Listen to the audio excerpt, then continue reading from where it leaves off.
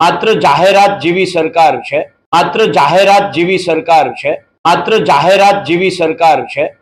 ખેડૂતોને કેવી રીતે હેરાન પરેશાન કરવા, ખેડૂતો કેવી રીતે ખેતી છોડે અને ખેડૂતો કેવી રીતે બરબાદ થાય, માત્ર એના પ્રયત્નો કરે છે। આપ સૌ જાણો છો કે 10 ઓગસ્ટ 2020ના દિવસે પ્રધાનમંત્રી પાક વીમા યોજના હતી એ બંધ કરી દેવામાં આવી। ત્યાર પછી મુખ્યમંત્રી કિસાન સહાય યોજના જે લઈ આવ્યા એ માત્ર ને માત્ર કાગળ ઉપર 2 વર્ષ સુધી પરિપત્રથી આ યોજના ચાલી। ત્યાર પછી ગુજરાતના તમામ ખેડૂતો રામ ભરોસે છે।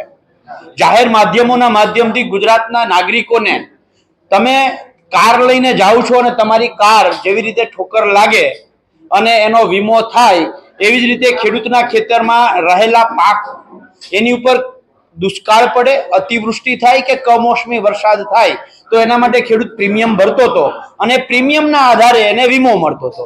પણ સરકારે આ પહેલા તો વીમા યોજના બંધ કરી દીધી। છેલ્લા 3 વર્ષથી ગુજરાતના ખેડૂતો રામ ભરોસે છે।